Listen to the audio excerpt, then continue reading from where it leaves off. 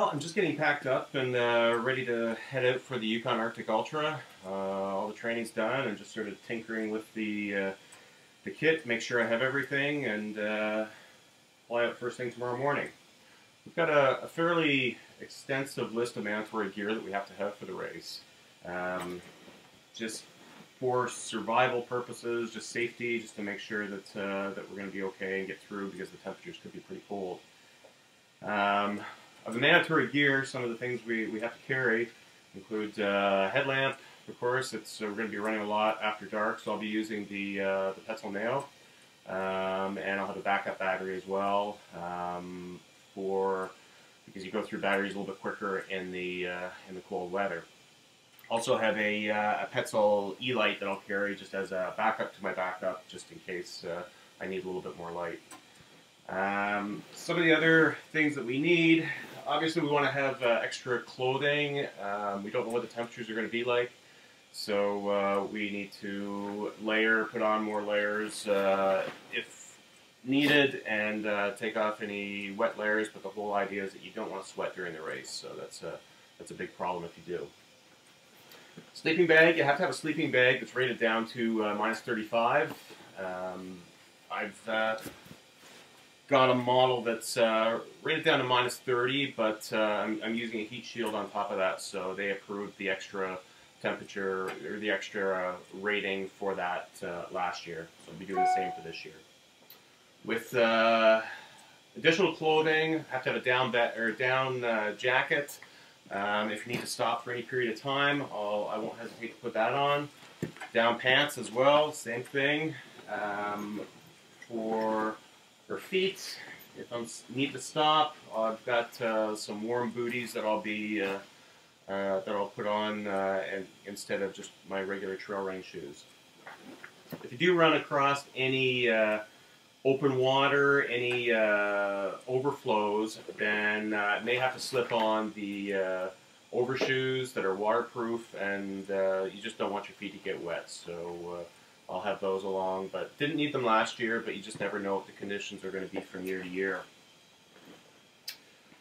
Need to either carry a tent or a bivy bag. I'm carrying a small bivy.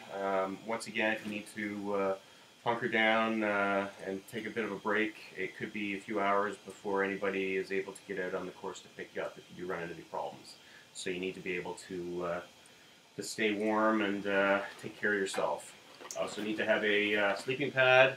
I'll be folding that down a little bit smaller than that, but just to give you a little bit more insulation instead of the cold, to stay warm on the trail. Need to have a stove. I haven't decided which type of stove I'm going to use yet, whether it'll be a gas stove or a butane propane type stove. It depends on the temperature which I'll go with, but because some will work better than others depending on the conditions. You also need a pot to be able to melt any snow if you need to have extra water. So a pot with I've got a titanium spork that I'll take with it as well, so I can eat any hot meals if I need to stop again, but hopefully won't need to be stopped for too long. For hydration, I'll be using a hydration pack underneath my jacket. You don't want to wear it over top because the water will freeze up, so I'll be wearing that underneath my jacket. Got an insulated hose, just really important when you take a drink of water to blow the water back out of the hose so it doesn't freeze up. So it's one of those things you always want to try to remember to do, but it's easy to forget. I'll have some backup water that I'll take in a couple of thermoses. I can also refill at a couple of the aid stations. There's an aid station at 26 miles and at 59 miles. Those are the only two aid stations of the course. But I can get some hot water at those stations, so that'll be a nice treat to warm up your insides a bit. If the snow conditions are deep, I may need to wear snowshoes, the running snowshoes. But I'm hoping that we don't need to, because you can move a little bit quicker on the trail without the snowshoes. But if there's any question, I'll definitely throw them in my sled bag. They're only a pound each, so they're very lightweight. So Any question at all, they need to come with me. Also take the, if I don't need snowshoes, but need a little bit more traction, then I'll wear Catula microspike running crampons. And other than that, just the food that's required. We need to have enough food for 48 hours on the trail. It's quite a bit of food. I'm expecting to rely mostly on normal ultra food like gels, chews, granola bars, that sort of thing. But I'll also be doing some soft wraps with peanut butter, jam, and Nutella. It seems to work pretty well in my stomach. I'll also be taking some nuts with me. Like macadamia nuts are light and high in fat, so I'll use that. And even some cheese curds if I need a little bit more, something a little more substantial in my stomach. I find that works pretty well in the cold too, and it doesn't freeze.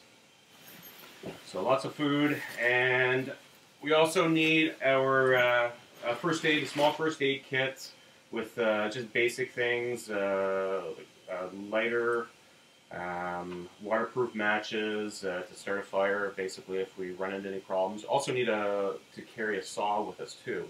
So once again, if we need to start a fire, we can saw down twigs and get a fire going and stay warm until somebody comes out to help on the trail, if you need that. But hopefully that's not the case, but it's always good to have the extra gear along the way. That's essentially everything I'm going to be taking. It's I haven't weighed it, to be perfectly honest. I really don't want to know how heavy it is, but just trying to keep everything as light as possible, and looking forward to starting the race. Head out first thing tomorrow morning, and anxious just to get going.